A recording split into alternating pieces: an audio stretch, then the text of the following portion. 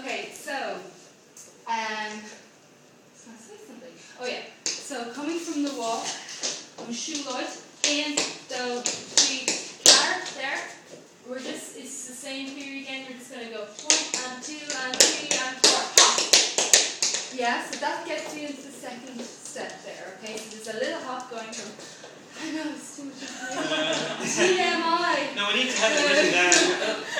And on the plane, scheme, arrows, all that. Map of the process, like.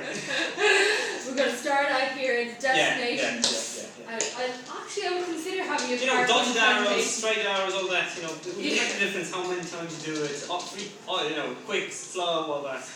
I'll make a PowerPoint presentation and send it to you. Oh yeah, that's good. That's a good idea.